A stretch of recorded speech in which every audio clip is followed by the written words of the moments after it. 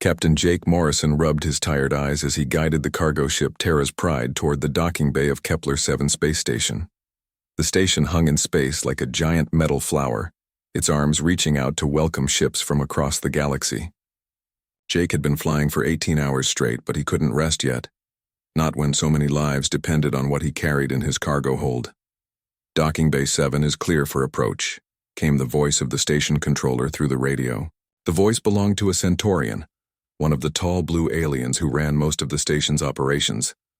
They were known for being fair but cold, caring more about rules than people. "Copy that. Control.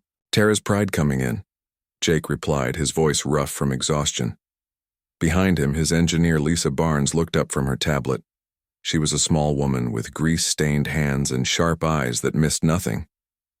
"Jake, the medical supplies are all secure. Temperature-controlled, shock-resistant, the whole works. Those colonists are going to get exactly what they need." Jake nodded.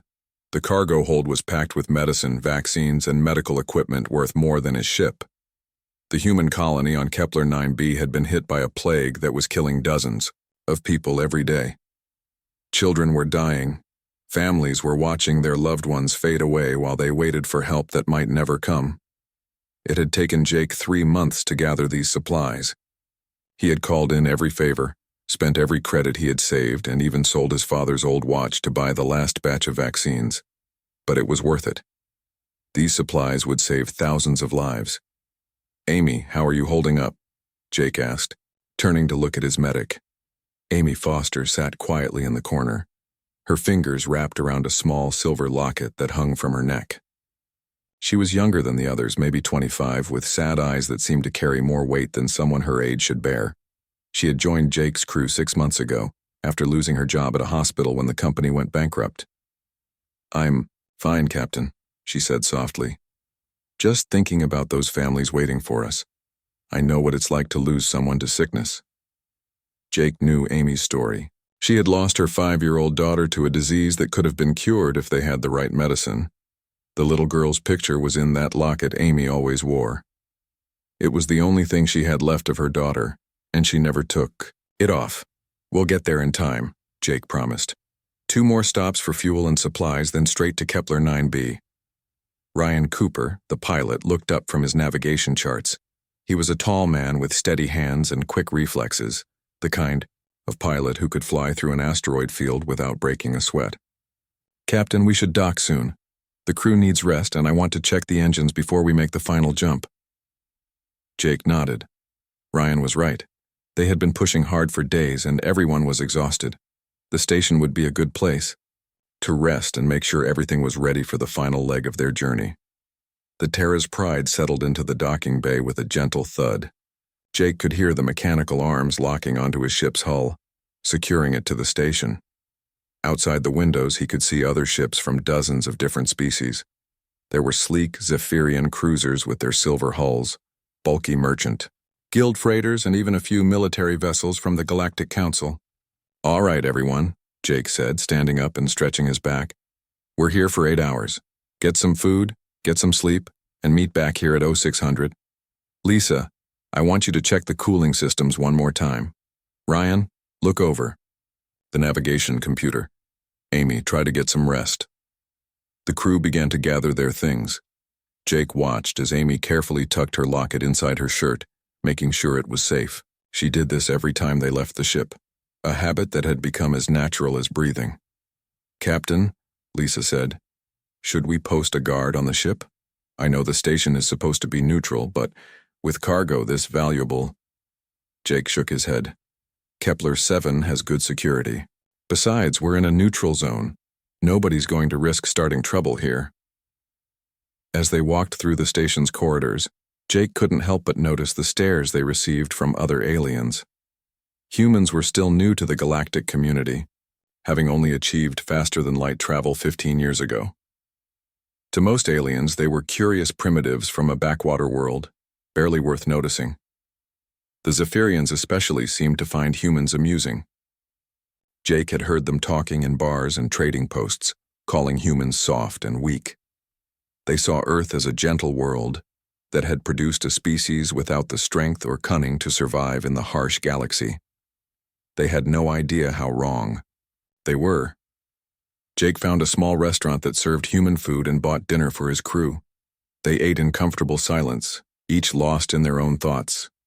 Amy barely touched her food, instead staring at the table with distant eyes. "Amy," Jake said gently, "you should eat something." She looked up and smiled sadly. "I keep thinking about my little girl. She would have loved to see all this. The different aliens, the big ships, the stars." She touched her locket through her shirt. "Sometimes I talk to her picture, tell her about the places we've been." Lisa reached over and squeezed Amy's hand. "She would be proud of you. Look at all the people you're going to help save." After dinner, they found rooms in the station's hotel section. Jake made sure everyone had a place to sleep, then headed to his own room. But sleep didn't come easily. He kept thinking about the colonists waiting for their supplies, about the children who might not live to see another week. Hours passed. Jake finally drifted off to sleep, dreaming of successful deliveries and grateful families. He had no idea that while he slept, a group of Zephyrian pirates led by a cruel alien named Scarth, the Collector, was studying his ship.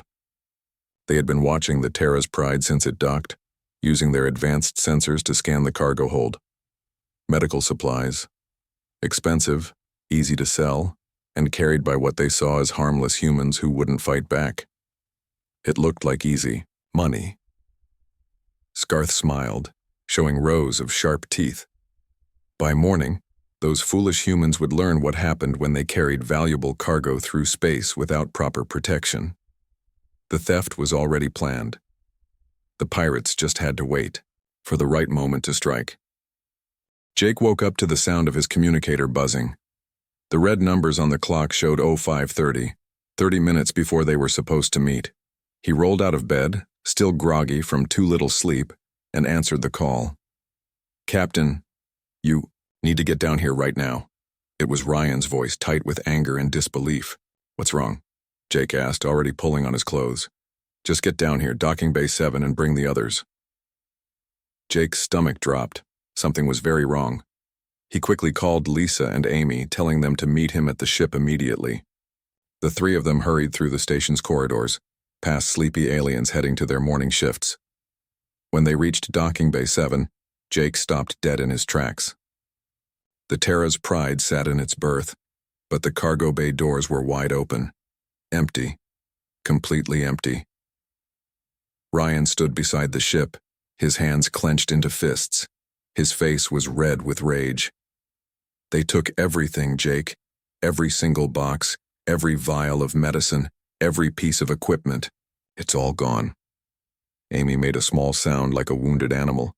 She ran to the ship and climbed inside, searching frantically through the empty spaces where their supplies had been. "My locket," she whispered. "My daughter's picture. It was in my cabin." She came back out a few minutes later, tears streaming down her face. "They took my personal things too, everything, even my locket." Lisa was already at the ship's computer, checking the security recordings. The cameras were disabled around midnight. Professional job. They knew exactly what they were doing. Jake felt a cold fury building in his chest. Not just anger about the theft, but rage at what it meant. Without those medical supplies, hundreds of people would die. Children would die. And someone had taken Amy's last connection to her lost daughter, like it was nothing more than scrap metal. "Station security," Jake said, his voice deadly quiet. "We need to report this." The security office was run by a bored-looking Centaurian named Officer Vex. He was tall and blue-skinned, with the kind of expression that said he had seen everything and cared about none of it. He listened to Jake's report while typing slowly on his computer. "So, medical supplies worth approximately 50,000 credits plus personal items," Vex said in a flat voice. "Do you have insurance?" "Insurance?" Jake stared at him. "People are dying. Children are dying. We need those supplies back." Vex shrugged, a gesture that looked strange on his alien frame. "Piracy happens in space, human. You should have hired better security. File an insurance claim and move on. What about investigating, finding who did this?" "The Zephyrian pirates left the station 6 hours ago. They could be anywhere by now. The galaxy is big, human. Pirates disappear all the time. Amy stepped forward, her voice shaking with emotion. They took my daughter's picture. It's the only one I have. Please, can't you do something? Vex looked at her with something that might have been pity if Centaurians were capable of such emotions. Personal items are rarely recovered in piracy cases. I suggest you get copies made from digital files. There are no copies, Amy whispered. That was the only one. Jake put his hand on Amy's shoulder, feeling her tremble with grief and rage. He looked at Vex with disgust. So you're telling us there's nothing you can do? Correct. This is a neutral station. We maintain order here, but once ships leave our space, they are beyond our authority. I suggest you contact your insurance company. Outside the security office, Jake's crew stood in stunned silence. Lisa was the first to speak. So that's it? We just give up? Those colonists die because some aliens think it's okay to steal medicine? No, Jake said quietly. That's not it. He pulled out his communicator and started making calls. The first was to the colony on Kepler 9b. Governor Pete Hamilton answered, his face appearing on the small screen. He looked tired and desperate. Jake, please tell me you're almost here. We lost 12 more people yesterday, including 2 children. The doctors say we have maybe 10 days before the medical system completely breaks down. Jake's jaw tightened. Pete, I need you to listen carefully. Our supplies were stolen, but I'm going to get them back. The governor's face went pale. Stolen? Jake, if you can't make it here in 10 days, I'll make it, I promise you that. But I need time. After ending the call, Jake started making other calls.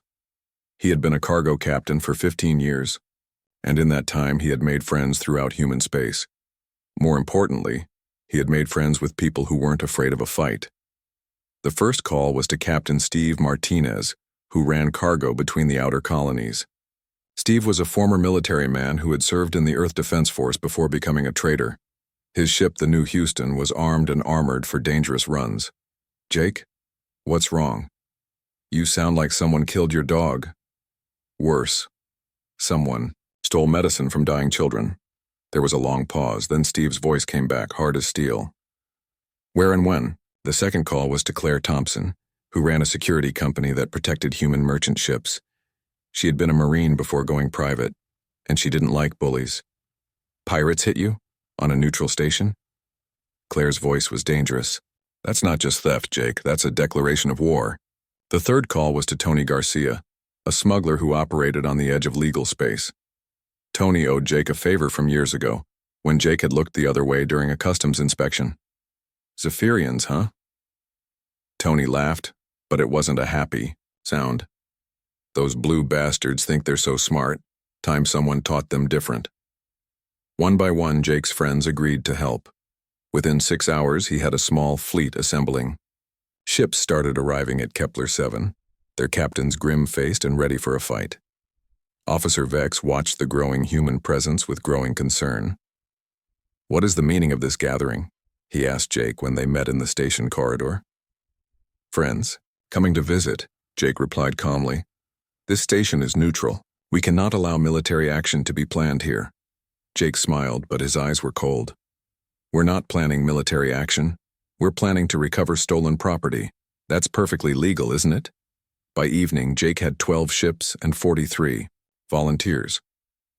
They gathered in the station's main conference room, a mix of traders, security contractors, and a few people who technically didn't exist in any official records.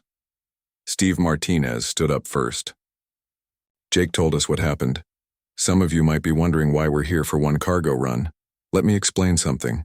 Those supplies aren't just medicine. They're proof that humans take care of their own. Someone decided to test that. Time. To show them they made a mistake. Claire Thompson nodded. I've been tracking Zephyrian pirate movements for months. They have a pattern. They hit ships, then disappear to a base to divide the loot before selling it.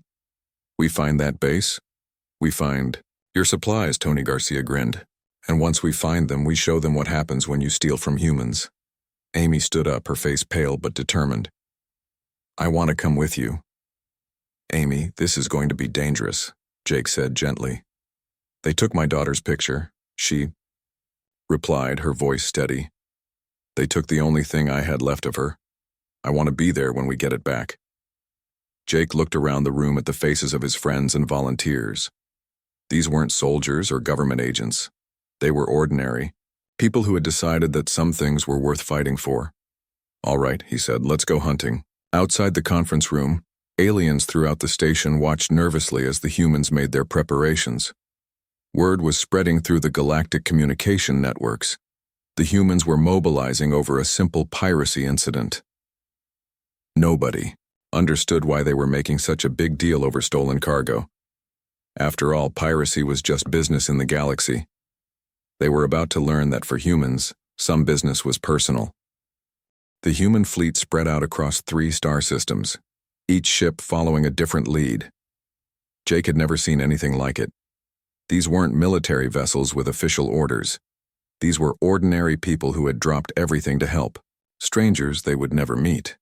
Claire Thompson had taken her security team to the Vega system, where Zephyrian pirates were known to sell stolen goods. Steve Martinez headed toward the asteroid fields near Proxima, checking old mining stations that might serve as hideouts. Tony Garcia used his smuggler contacts to track down information in the shadowy ports where no questions were asked. Jake stayed with the main group, following Claire's analysis of Zephyrian attack patterns. She had studied these pirates for months, learning their habits and preferences. They weren't random raiders, they were careful, methodical, and always had an escape plan. The thing about the Zephyrians, Claire explained over the communication system, is that they think they're smarter than everyone else. They've been raiding for 50 years and nobody has ever seriously challenged them. They get comfortable, maybe even careless. Lisa Barnes worked at her engineering station, modifying their ship's sensors and weapon systems. She had learned to work with alien technology by trading favors and studying salvaged equipment. Now she was combining human engineering with alien tech in ways that confused their enemies. I've been thinking, Lisa said, looking up from her work. The Zephyrians use standard Galactic Council identification codes for their ships. But I noticed something when I was analyzing the sensor data from the station. Their ships had slight power signature variations that don't match the official specifications. Ryan Cooper, piloting the Terra's Pride through a dangerous nebula, nodded. You mean they're using modified engines? Exactly. And if I can track those specific signatures, we can find them even if they change their ship identification codes. Jake felt a surge of pride in his crew. This was what other aliens didn't understand about humans. They adapted. They learned. They found solutions that nobody else had thought of. 2 days into the hunt, Tony Garcia made contact with exciting news. Jake, I found them. My contact in the Rigel black market says a group of Zephyrians showed up yesterday trying to sell medical supplies, high-grade stuff, exactly what you described. They're asking premium prices because of the plague outbreak in the Kepler system. Jake's hands tightened on the communication device. Where? That's the interesting part. They're not selling from their ships. They've got a base hidden in the pulsar system, coordinates I'm sending you now. But Jake, there's something else. My contact says they're bragging about their latest job. Apparently your medic's locket has become some kind of trophy. The pirate leader Scarth is wearing it around his neck, telling everyone how he made a human female cry. Amy, who had been quietly listening, made a sound like a growl. Jake had never heard her make a sound like that before. When he looked at her eyes were filled with a cold fury that reminded him why humans had survived on a world that tried to kill them every day. Coordinates received, Ryan said from the pilot's seat. Jake, this is going to be tricky. The pulsar system is known for radiation storms and gravity distortions. Most species avoid it completely. Steve Martinez's voice came over the communication system. Most species didn't grow up on Earth. We've been dealing with radiation and magnetic storms our whole lives. I say we use it to our advantage. The human fleet regrouped at the edge of the pulsar system. Through their viewports, they could see the massive star spinning at incredible speed, sending out beams of deadly radiation that swept across space like lighthouse beams. The gravity was so strong it bent light and played havoc with navigation systems. This is insane, came a transmission from one of the volunteer ships. How are we supposed to fight in this? Claire Thompson's voice was calm and confident. We're not fighting in it. We're using it. Zephyrians have excellent technology, but they come from a gentle world with stable weather and predictable conditions. They chose this system because they think nobody else would dare follow them here. But we're from Earth, Jake added. We grew up with tornadoes, lightning storms, earthquakes, and radiation from our own star. This is just Tuesday for us. Lisa had been studying the sensor readings of the pulsar system. I'm picking up the modified engine signatures. 3 ships, hidden behind the 4th planet. But there's something else. A space station built into an asteroid. That must be their base. Jake studied the tactical display. The Zephyrian base was positioned perfectly to use the pulsar's radiation as a shield. Any attacking force would have to approach through a field of deadly energy that would fry most ships' electronics. Any ideas? He asked. Ryan smiled grimly. Yeah. We go in during a radiation pulse, use the pulsar's own energy to mask our approach. That's suicide, someone protested over the communication system. The radiation will kill us. No, Lisa said, understanding Ryan's plan. Earth ships are built to handle solar radiation. Our shielding is stronger than most alien designs because our sun is more active than most stars. We can survive it long enough to get close. Amy spoke for the first time in hours. How long do we have before they sell all the medical supplies? Tony Garcia answered from his smuggler ship. My contact says they're planning a big auction tomorrow. Buyers from across the galaxy, including some who specifically want to buy from the humans' misery. They think it's funny. Jake felt that cold human anger building in his chest again. Not just fury, but the kind of calculating rage that had helped his species survive ice ages and volcanic eruptions. The kind of anger that turned ordinary people into something far more dangerous. All right, he said. Here's what we're going to do. The plan was simple and completely insane. The human fleet would approach during the next radiation pulse, using the deadly energy as cover. They would strike fast and hard, before the Zephyrians even knew they were there. Remember, Jake told his volunteers, we're not just here for the medical supplies. We're here to send a message. These pirates need to understand that there are consequences for stealing from humans. As they prepared for the attack, Jake noticed something interesting. The other aliens on the communication channels had gone quiet.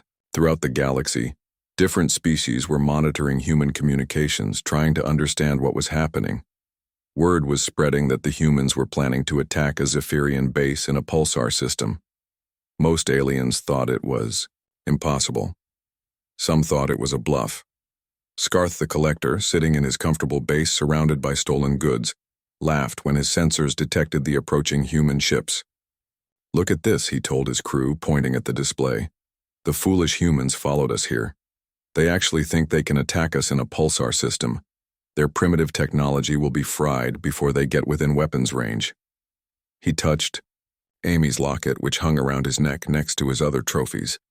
Perhaps I should send them a message. Let them know their precious trinket is decorating a superior being. What Scarth didn't understand was that he wasn't dealing with just any species. He was dealing with humans. And humans had spent millions of years learning to survive in conditions that would kill anything else. The radiation pulse began, sending waves of deadly energy across the system. Right on schedule, the human fleet disappeared into the storm, using the very thing that was supposed to destroy them as a shield. In his base, Scarth was about to learn why you never steal what belongs to a Deathworlder. The radiation storm hit the human fleet like a wave of invisible fire. Inside the Terra's Pride, warning lights flashed red as the ship's systems strained against the deadly energy. But the shields held. Lisa's modifications and Earth-built protection systems did exactly what they were designed to do. Radiation levels at 60% of maximum, Lisa reported, her voice steady despite the ship shaking around them. We're good for another 20 minutes at this level. Through the swirling energy storm, Jake could see the other human ships maintaining formation. Their hulls glowed with the strange light of the pulsar's radiation, but they kept moving forward. Any other species would have been forced to retreat or die. But humans had been built by a world that never stopped trying to kill them. Target acquired, Ryan said from the pilot's seat. The asteroid base is 2 kilometers ahead. I'm reading 3 Zephyrian ships docked to the structure. Jake opened a communication channel to the fleet. Remember the plan. Steve takes the left approach, Claire takes the right. Tony, you circle around and cut off their escape route. We go straight up the middle. Copy that, came Steve Martinez's voice. His heavily armored freighter New Houston was designed for dangerous cargo runs, built to take damage and keep fighting. Jake, I'm picking up their communications. They're panicking. They can't believe we made it through the radiation. On the Zephyrian base, alarms were screaming. Scarth the Collector stood in his command center, staring at his displays in disbelief. The impossible was happening. Human ships were approaching through a radiation storm that should have killed them instantly. How are they still alive? Scarth demanded of his crew. Their primitive technology cannot withstand pulsar radiation. His second in command, a nervous Zephyrian named Voss, checked the readings again. Sir, their ships appear to be heavily shielded against radiation, more heavily than our own vessels. Impossible. We are the superior species. Our technology is advanced beyond their understanding. But the sensor readings didn't lie. The human ships were not only surviving the radiation, they were using it to hide their approach. By the time the Zephyrians detected them, it was too late to mount an effective defense. Steve Martinez struck first. The New Houston emerged from the radiation storm like an avenging angel, its armor scarred but intact. Instead of slowing down, to exchange fire with the base's defenses, Steve did something that terrified the Zephyrians. He accelerated. Brace for impact, Steve shouted over the communication system. The New Houston slammed into the base's defensive grid like a battering ram. The carefully constructed energy barriers that had protected the pirates for years shattered under the impact of 2,000 tons of Earth-built steel and determination. Claire Thompson's security team came next, their smaller ships darting through the gap Steve had created. They moved with military precision, targeting the base's weapons and communication systems. The Zephyrians tried to respond, but they were trained to fight other pirates, not soldiers. Boarding teams away, Claire reported. Her people launched assault pods toward the base's docking bays. They wore full combat armor and carried weapons designed to work in the harsh environments of human space. Tony Garcia's smuggler ship danced around the base's perimeter, making sure none of the Zephyrian vessels could escape. His ship was fast and maneuverable, built for running blockades and avoiding capture. Now he used those same skills to trap the pirates. Jake brought the Terra's Pride in last, heading straight for the main docking bay where the stolen medical supplies were being stored. Amy stood beside him, her face pale but determined. She had insisted on coming aboard the base to search for her locket personally. Jake, Ryan called from the pilot's seat. I'm seeing massive damage to their defensive systems. Whatever they were expecting, it wasn't this. The Terra's Pride docked with a heavy thud that shook the entire base. Jake could hear the Zephyrians screaming orders in their own language, but their voices sounded panicked, desperate. They had never faced an enemy that fought like humans. Jake, Amy, and Lisa made their way through the base's corridors. The artificial gravity was failing in some sections, and emergency lights flickered on and off. They passed storage rooms filled with stolen goods from dozens of different species. But Jake only cared about one thing. They found the medical supplies in a large cargo bay still in their original containers. Jake felt a surge of relief. The medicines were intact, still properly refrigerated and ready for transport. The colonists would live. There, Amy whispered, pointing across the cargo bay. Scarth the Collector stood near a control panel, trying desperately to activate some kind of security system. Around his neck, clearly visible against his blue-scaled skin, hung Amy's silver locket. Jake started forward, but Amy put her hand on his arm. No, she said quietly. This one is mine. She walked across the cargo bay with slow, deliberate steps. Scarth looked up as she approached, his eyes wide with fear and confusion. He had expected human ships to be destroyed by the radiation, He had expected any survivors to be easily defeated by superior Zephyrian technology and tactics. He had not expected a small human female to walk up to him with death in her eyes. "That belongs to me," Amy said, her voice soft but carrying the weight of a mother's grief and rage. Scarth fumbled for his weapon, but Amy was faster. She had been trained as a medic, which meant she knew exactly where to hit someone to cause maximum pain without permanent damage. Her first strike dropped him to his knees. Her second strike made him scream. "My daughter's picture," Amy said, reaching for the locket. "You wore my dead child's memory around your neck like a trophy." She tore the locket from Scarth's neck and opened it carefully. Inside was a small photograph of a little girl with Amy's eyes and a bright smile. Amy stared at the picture for a long moment, tears streaming down her face. "She was 5 years old," Amy told the cowering pirate. "She died because we couldn't afford the medicine that would have saved her. And you stole medicine from other children just like her." Throughout the base, the battle was ending. Claire's security teams had taken control of the key systems. Steve Martinez had secured the Zephyrian ships. Tony Garcia had rounded up the surviving pirates. But it wasn't the fighting that broke the Zephyrian spirit. It was the realization of what they had done. They had thought they were stealing from weak primitives who wouldn't fight back. Instead, they had attacked a species that would cross a galaxy and fly through deadly radiation to protect their own. Jake found Scarth in the cargo bay, lying unconscious beside Amy, who sat quietly holding her locket. The pirate leader was alive but would need medical attention. Amy, trained as a medic, had known exactly how much damage to inflict. "Amy," Jake said gently, "are you all right?" She looked up at him with red eyes but a peaceful expression. "I got her back," she whispered. "I got my little girl back."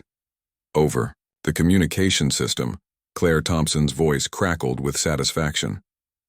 "Base secured, all stolen cargo recovered, prisoners secured, and Jake, you're going to want to see what we found in their computer files." Jake helped Amy to her feet and they made their way to the base's command center. Claire stood over a computer terminal, scrolling through files with a grim expression. "They've been doing this for years," she said. "Dozens of raids on human ships, hundreds of thousands of credits worth of stolen goods. And look at this." She pointed to a file labeled Trophy Collection. Inside were images of personal items taken from human victims, including jewelry, photographs, and mementos. The Zephyrians had been collecting human suffering like souvenirs. Jake felt that cold human rage settle in his chest like ice. This wasn't just piracy. This was cruelty for its own sake. "Send copies of everything to the Galactic Council and the Merchant Guild," he ordered. "Make sure every species in known space sees what these pirates have been doing." As the human fleet prepared to leave with their recovered cargo and captured pirates, Jake looked around the ruined base. The Zephyrians had thought they were superior beings, taking what they wanted from inferior species without consequence. Now they knew better. Now they understood what happened when you stole from a Deathworlder. The human fleet returned to Kepler 7 space station like conquering heroes, but Jake Morrison felt no joy in their victory. He was exhausted, worried about the dying colonists, and angry at how the galaxy's so-called civilized species had failed them when they needed help most. The Terra's Pride docked in the same bay where they had been robbed just 4 days ago. This time, Jake posted guards and made sure the medical supplies were secured. He wouldn't make the same mistake twice. Amy. Foster sat in the ship's medical bay holding her daughter's locket and crying quietly, but these weren't tears of sadness. For the first time in months, she looked at peace. Lisa Barnes worked beside her, carefully checking each vial of medicine to make sure nothing had been damaged during the fight. "It's all here," Lisa reported. "Every dose, every vaccine, every piece of equipment. We can save those colonists." Jake nodded, but his mind was on other things. The captured Zephyrian pirates were being held in the station's security cells, along with complete records of their crimes. The evidence was overwhelming. These weren't just simple thieves. They were organized criminals who had been targeting human ships for years. "Captain Morrison," came a voice behind him. Jake turned to see Officer Vex. the same Centaurian security officer who had told them there was nothing he could do about the theft. "What do you want?" Jake asked coldly. Vex looked uncomfortable, which was unusual for his species. "I wanted to apologize for my earlier response to your complaint. The evidence you provided shows that this was a much more serious crime than I initially believed." "Really? What changed your mind? The fact that we brought back proof or the fact that we did your job for you?" "Captain, please understand. We see hundreds of piracy cases every year. Most are small-time thieves taking cargo and disappearing. We had no idea these Zephyrians were part of a larger criminal organization." Jake stared at the alien officer. "You didn't investigate because you didn't care. You saw humans as unimportant, so you didn't bother to help when we were victims." Vex couldn't deny it. Throughout the galaxy, humans were still seen as newcomers, primitives from a backwater world. Most aliens assumed they were weak, disorganized, and easy targets. "That perception may be changing," Vex admitted. "Word of your assault on the Zephyrian base has spread throughout the station. Many species are asking questions about human capabilities." Jake wasn't interested in alien politics. He had colonists to save. But before he could leave for Kepler 9b, he received an urgent message from the station administrator. "Captain Morrison, I need to speak with you immediately. There's been a development." Jake found himself in the station's main conference room, facing a group of alien officials he had never seen before. There were representatives from the Galactic Council, the Merchant Guild, and several other species governments. "Captain Morrison," said a dignified-looking alien with silver skin and multiple arms, "I am Counselor Zeth of the Galactic Council. We need to discuss your recent actions." "What about them?" "You attacked a pirate base in neutral space without authorization from any galactic authority. You took prisoners and seized property. Some of our members are concerned about humans taking the law into their own hands." Jake felt his anger rising again. "The law? What law? When we reported the theft, your people told us there was nothing they could do. When children were dying and we needed help, you told us to file an insurance claim." "The situation is more complex than you understand," Counselor Zeth replied. "The Zephyrian pirates operated in areas where no single government had jurisdiction. Pursuing them required diplomatic negotiations and careful coordination between multiple species. How long would that have taken? Perhaps 6 months to a year, depending on the complexity of the case." Jake laughed bitterly. 6 months? The colonists would have been dead in 2 weeks. You were willing to let children die rather than break your bureaucratic rules. A new voice spoke up from the back of the room. "Perhaps we should discuss the bigger picture." Jake turned to see a human woman in a formal diplomatic uniform. She was tall, with short gray hair, and the bearing of someone used to dealing with difficult negotiations. "I'm Ambassador Sarah Mitchell," she said. "I represent humanity in the Galactic Council. Captain Morrison, your actions have created quite a stir." "Good or bad?" "Both. Some species are impressed by your determination and success. Others are concerned about humans acting independently of galactic law." Counselor Zeth leaned forward. "Captain, we understand your frustration, but civilized species must work within established systems. We cannot have every species taking matters into their own hands." Jake stood up slowly. His friends had fought beside him, risked their lives to help strangers, and succeeded where the galaxy's official authorities had failed. He wasn't about to apologize for that.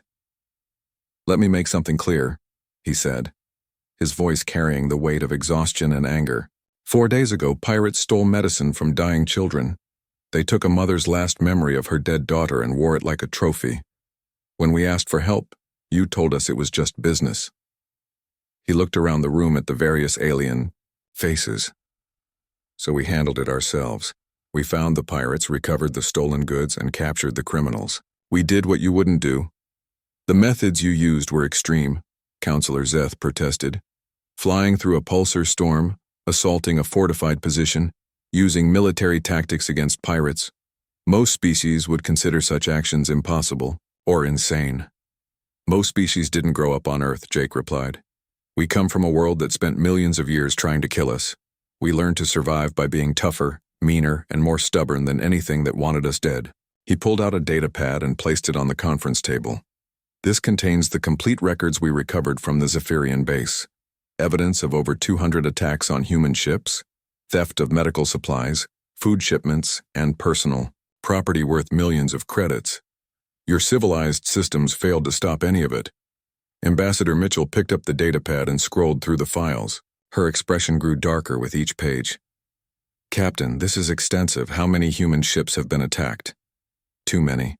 And it's not just theft. Look at the trophy files. They were collecting human suffering for entertainment. The room fell, silent. Even the most critical aliens couldn't argue with the evidence. The Zephyrian pirates had been systematic in their attacks on human vessels, targeting medical supplies, food shipments, and other essential cargo. What do you want from us? Counselor Zeth asked finally. Nothing, Jake said. We don't need your permission to protect ourselves. We don't need your approval to help our people. We tried working within your systems and they failed us. He started toward the door, then stopped and turned back. But you should probably spread the word. Humans are new to the galaxy, so maybe other species don't understand what they're dealing with.